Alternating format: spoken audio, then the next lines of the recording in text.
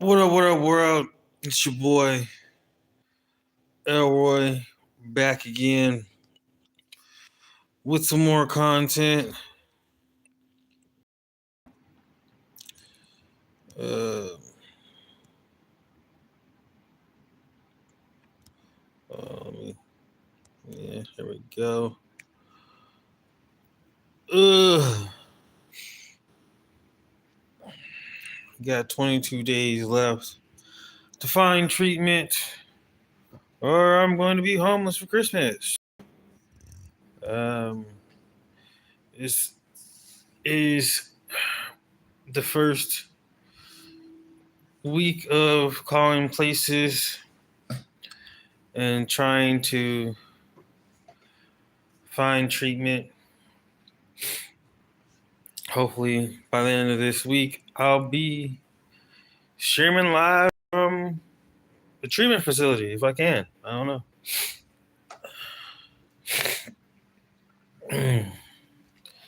Thinking about treatment facilities, man, the one I went to in August,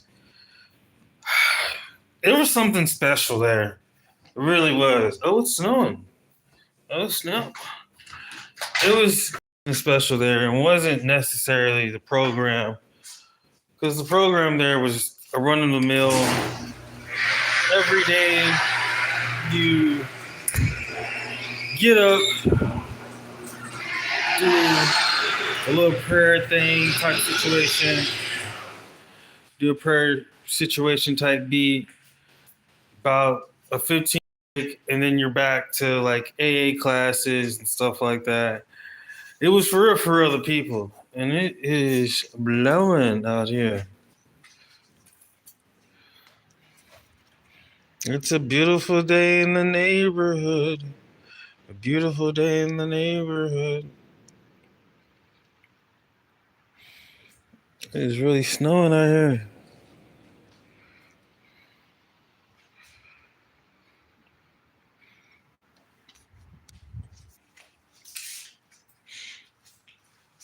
But now, and then you would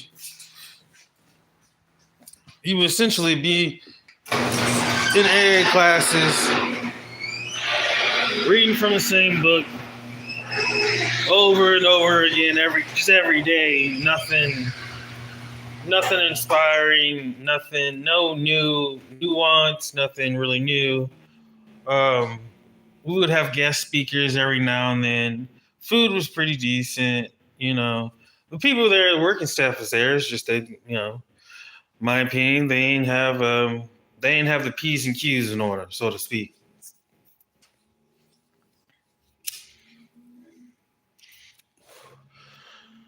But man, the people there was fucking dope. I had guys there that was in their like mid 20s all the way up to their mid 60s, and every guy there helped each other out. We had a few girls there as well. It was like a co-ed type situation, but it wasn't co-ed. Who knows? Anyways, but yeah, the guys there was just awesome, just great. Like, man, shout out to Al, Justin, Scott, um, man, shout out to Talib, man, shout out to Brandon, man, just everyone would hold it down tight. And bro, I'll never forget. I've never been in a treatment facility where it was literally the blind leading the blind in so many words. Like, I think my first week there, the air conditioning was going out. Now, remind you, this isn't like this is like in the middle of the summer or beginning of the summer, actually. And here in Louisville, when it gets hot, like real hot. And the summer had just began. And I think by the end of that first week, it had reached 90 degrees, and was in the following week, it was expected to reach 105 degrees. So my second week there, it's 105 degrees. It's over 15 people, including women, over 15 people having to be crammed in this small room that's no bigger, literally no bigger than an office space, literally no bigger than a conference room. Having to sit here and stand and watch someone talk from a book or read from a book over and over and over again. It was just, that was it. That was the same thing over and over and over again. We damn near rioted in the bitch because at one point it was just like, why can't we go, like we as clients, they called us clients, but actuality, like we were clients. They considered us being clients, but we're really patient because you're not just treating, your substance abuse. You're also treating any psychological or emotional damage or trauma that led you to, your substances, whatever. And so we would come up with ideas and plans and be like, well, it's much cooler down. It was a 3-floor building. It's much cooler downstairs. So why don't we have the ladies sleep downstairs on the first floor? Have all the guys sleep on like the second floor, or something like that. We would just come up with different ideas, whatever have you. Because like the hotter it got, the more of like unbearable it would be. And like I said, we had guys that was like in their late 50s, early 60s, damn near narrowing down 70s at one point in time.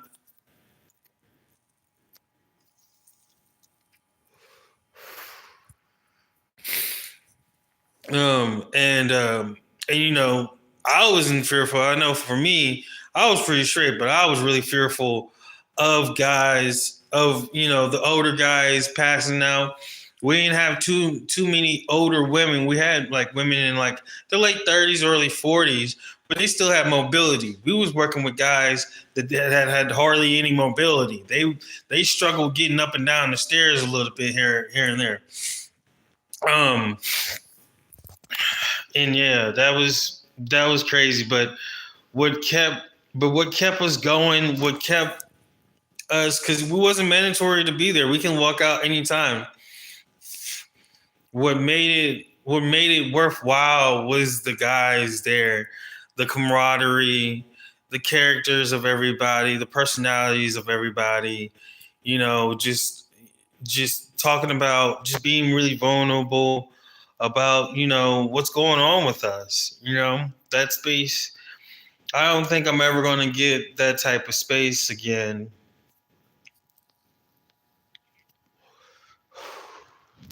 While I'm in treatment, man, because man, we would go deep into some shit, about some shit. Like after a while,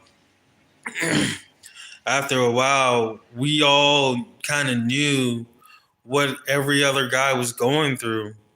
Hey, how you doing? How you doing? Good morning. Every guy knew what every other guy was going through, and we all knew like when somebody was down, or somebody was hurting, or somebody wasn't feeling good. We all had each other's back, like real tight, like real fucking tight. And I don't think I'm ever going to get that type of feeling again. It was just something, and like the most important part, it wasn't just like the camaraderie that kept us together, but it also all of us, one mindset, kind of collective kind of mindset going forth, chasing sobriety, man, and going after sobriety, and feeling like every day we accomplish something. Every day we're in there and we accomplish something. Granted, when they was fucking playing with us, when it was be playing with us and the programming and what, when we're supposed to transition from one phase of the program to the next, they was playing us. I ain't gonna hold you. They was playing us. It was playing a lot of us. And some of us had to walk out because we were missing birthdays and holidays, and people were missing important events and stuff like that outside of the program. And they just wanted to keep us in the program and then keep us in the dark on top of everything else. And then the staff there was kept in the dark. It was just a whole hoopla. But needless to say, man, those group of guys, that energy, I don't think I'm ever going to get back. I hope to get back wherever I go. I try to take that energy with me. I like to think when I enter a room, what I mean, I improve people's outlooks and perspectives and behaviors and stuff like that. So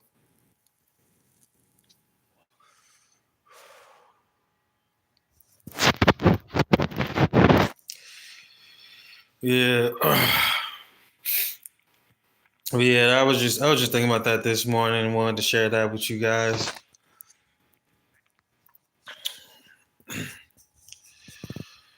Oh man.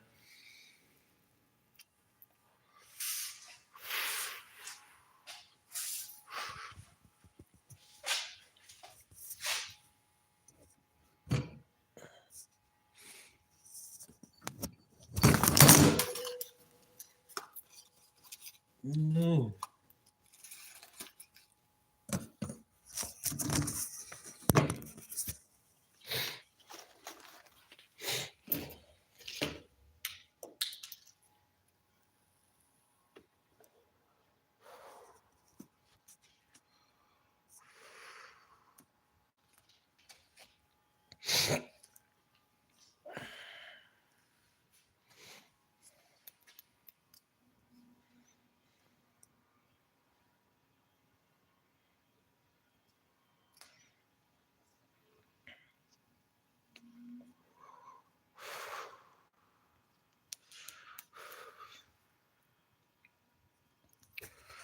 Oh, I finished my social media marketing resume, updated my regular resume.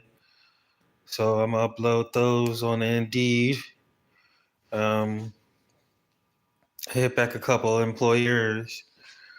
I'm still on the fence on kind of thugging it out and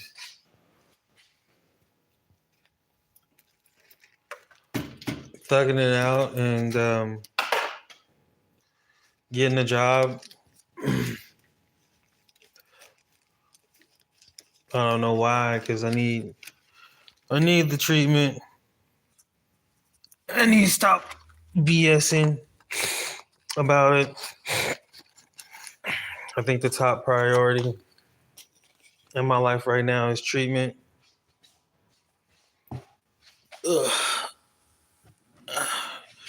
A thought crossed my mind about purpose and about what does my higher self want me to do, and trying to align with that.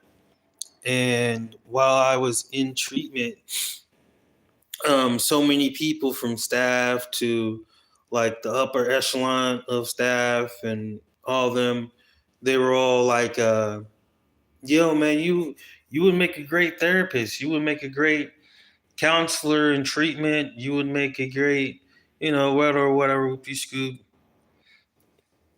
And it's got me really thinking that maybe the higher power wants me to be involved in helping people that way, helping people get through their trauma, psychological trauma, substance abuse and stuff like that. um but I don't know though. I don't know. When I was in treatment, there was this guy. He was he was like a, what was it, like a 5 year or 5 6 year welder. He worked construction majority of his life, and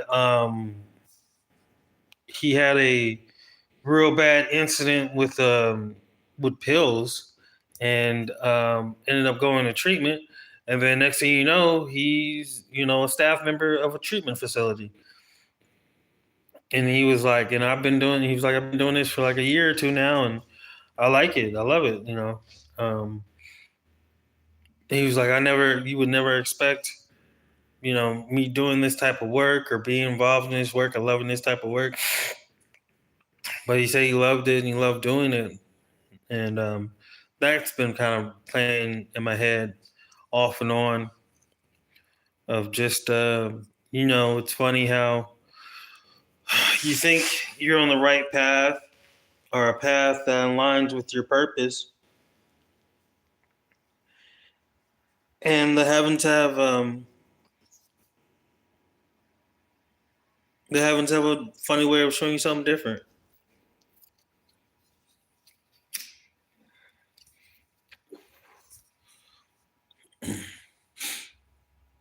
Just the heavens have a funny way of showing you something different. You know, it's just something I've been really thinking about. Yo, yo, good morning or good afternoon, wherever you are in the world.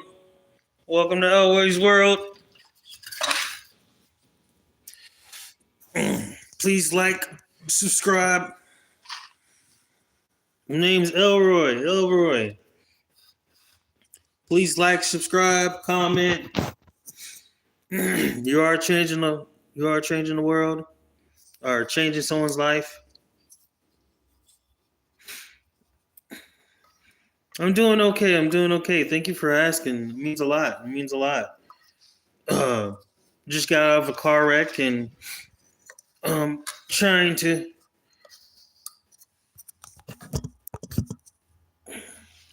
just trying to heal as much as possible. This is my first day of trying to find some help or treatment. And so I'm just coming up on here to post a little. Oh, there we go. Sorry. Well, thank you. Just coming up on here and do a little post or whatever. Yeah, mentally, emotionally, I'm okay. Just taking it day by day. For real. Is it KJ? Hey, KJ. Thanks for stopping by. Please like, share, subscribe, comment. You're changing someone's life. But yeah, ups and downs. But what I was saying was, yeah, it's funny just how you think you're on the path to something good or aligning with yourself or something like that, and you know, life be throwing them things at you, throwing them left, right, hooks, uppercuts on you.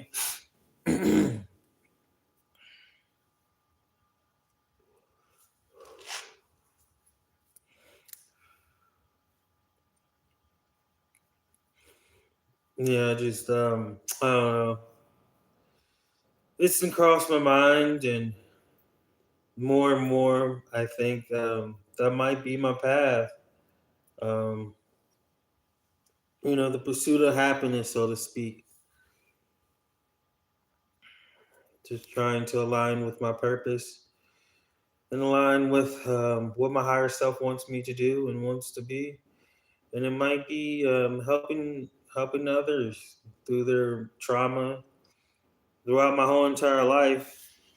Stop smoking; it will mess up your lungs. Oh, trust me, I've got other things messing up my life. This is relieving my life. Um, but thank you, though. Appreciate the concern. Um, just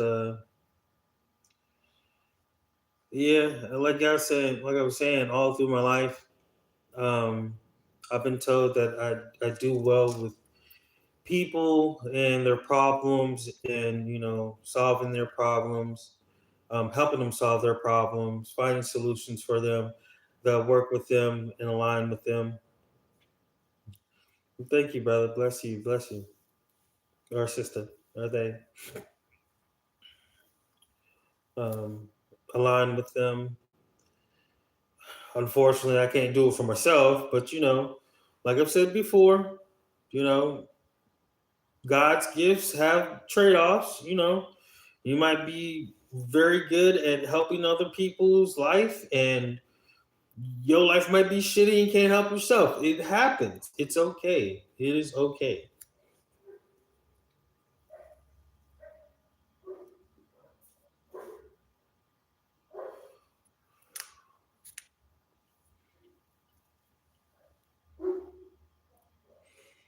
Yeah, strong heart, bro. Well, thank you. Thank you. I appreciate that.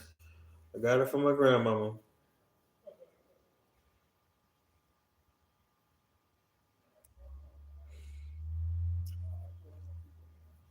Got it from my grandmama. Oh, um, so I don't know. That's why I became a business consultant or consultant because when you consult, like consulting and like life coaching is pretty much the same thing. And so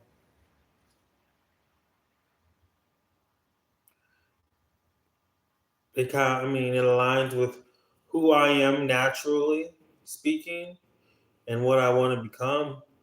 So, life coaching, helping those who are you know, having traumatic experience, having trouble with traumatic experiences, or substance abuse or something like that, aligns very well. You didn't? I didn't either. Congratulations. Congrats, congrats.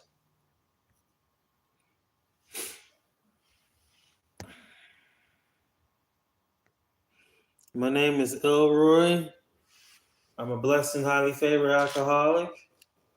My sobriety and clean date is Thanksgiving of 2025. And today, I make a deep and passionate commitment to stay clean and sober. Just one day. Yep,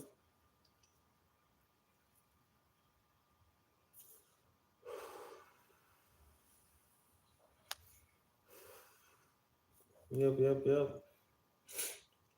So I don't know. It's just, it's really rough trying to, distinguish all these thoughts in my head. But I have to find treatment. That's 100% fact. It's, I can't, uh, I can't annoy it anymore. Can't do the basic needs. Not meeting my own needs. And the most consistent thing, and yet the most troubling and triggering thing that I can see in my life that triggers my mental illness, that triggers the down spiral, that triggers everything, is not having a home. And that's undeniable. Not having a home. Like I've said before, people we really take for granted the security and shelter of having a home. We really do. At least in this country, we really do. You know what I mean? Like I used to get mad and upset when people would be like, "Well, people would be like, well, why don't you just get groceries instead of eating out? Where am I going to put the food at if I have no refrigerator? You know what I mean? Where am I going to put washcloths, towels, soap, hygiene products if I have no shower or access to shower when I need it if I don't have a home with a shower in it?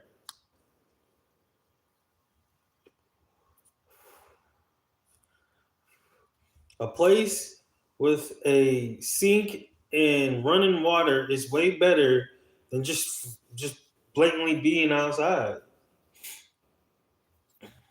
And I think people really don't understand that, and people are very um, what's the word, insensitive, or not incentive, sensitive, non unsensitive. People are not really caring whether or not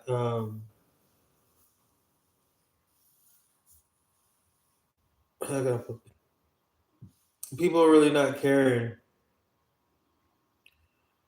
about the fact that does someone have a home or not.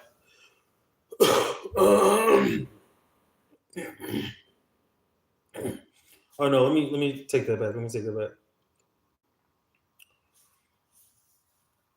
Or insensitive. Or there we go. Insensitive. People are very insensitive to those who don't have um, access to basic needs, right? Which makes them look very snobbish and very like bourgeoisie, because they've never experienced that before. They've never had a place where it didn't have running water. They never had to be in a position where you either choose to eat or you choose to take a shower or you choose for a place to sleep.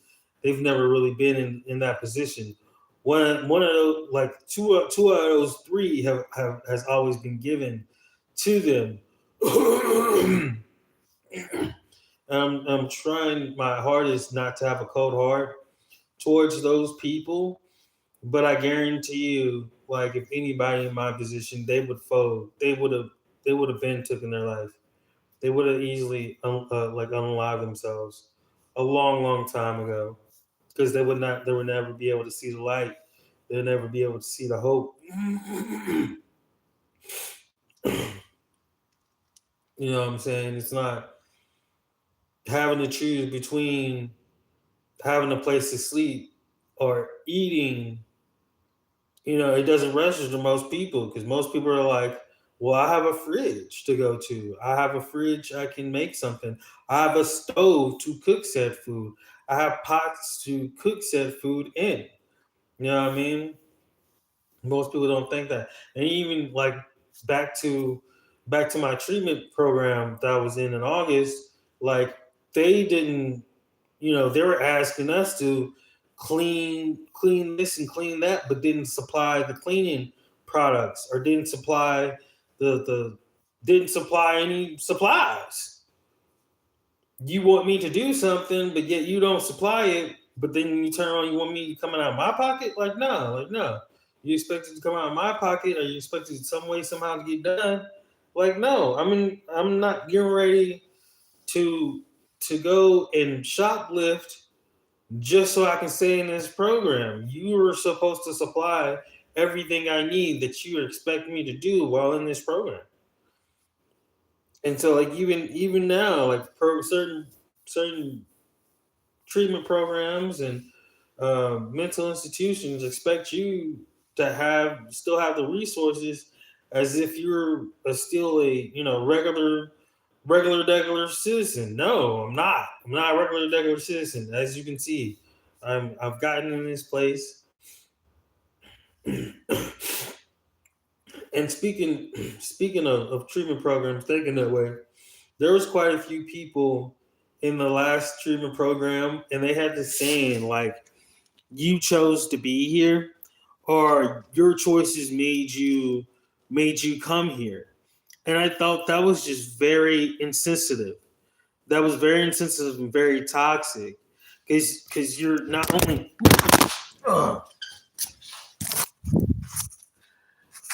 because not only my bad because not only are you're just being downright toxic to what people have been through, and you're minimizing what people have been through, but also just for the simple fact that by saying that, to me, when you say that, what rings in my head is that you're bitter that you had to go through it. And so since you're miserable, you want to make everyone else who's in the treatment program be miserable too. That's what rang in my ears when the staff members would say that. Because you don't know the choices. Like, what if I chose to actually come here instead of something happened to happen, something bad happened to happen? And that's that is the stereotype and the stigma of, people with addiction or people with trauma, with terrible severe trauma, is that they did something to somebody else that made them come to treatment, or they've done something to themselves to make them come to the treatment. No, there's people out here who really want treatment and really want help and want to get better. Me included, me especially included.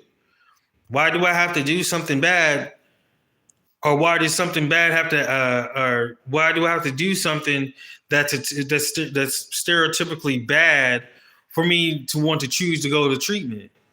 That's not always the case. And so that put a beer that really grinded my gears, because you're just saying that you're bitter and you're vindictive to the choices you made in order in order to make yourself feel better. You want to then spread this negative perspective on getting treatment. I 100% will say there's a lot of people in the medical field, psychology field, psychiatrist field that don't need to be there. There's just certain, like, you have to be built a certain way for that job. You can't be a type of person who's egotistical or narcissistic. You can't. You will ruin some people's lives. And for a job that's very close to handling people's lives and making them better and improving them, you can't just go to work all hungo and mad because XYZ did something to you 2 weeks ago. You look like you need to be in treatment. Like, make it make sense. But people tend to go and think, let me go to school for psychology, and then turn around and don't think they need therapy themselves.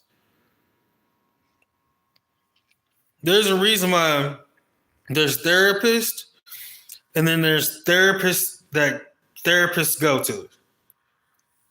If that makes any sense. You know what I'm saying? That's next level psychology right there. There's a reason for that. There's therapists that psychiatrists go to. And there's nothing wrong with that. But in society's eyes, we've portrayed it to be, the therapist that goes to therapy, therapist that goes to therapy is not really a therapist. No, that is the best therapist, because that is a human being that's in a line of work that is not only improving themselves, but improving how they work and operate as a therapist or as a psychologist. I don't know. To me, it's just all types of ass backwards here.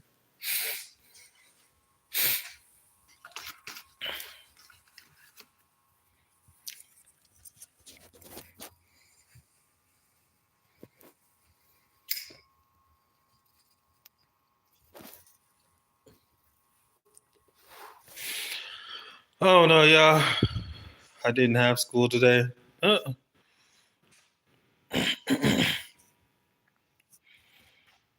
Well, yeah, you didn't have school today. But I don't know. That's my rant. I'm done for right now. I might hop back on here and talk about the Netflix Warner Brothers situation. But happy holidays, you all. I hope to be still streaming and posting. Keep me in your prayers. Remember, like, share, comment, subscribe. I gotta go fund me. I'm trying to work up the links on that. But please go support. You are changing life here at Elway's World. And remember, somebody, somewhere, somebody loves you. I'm out.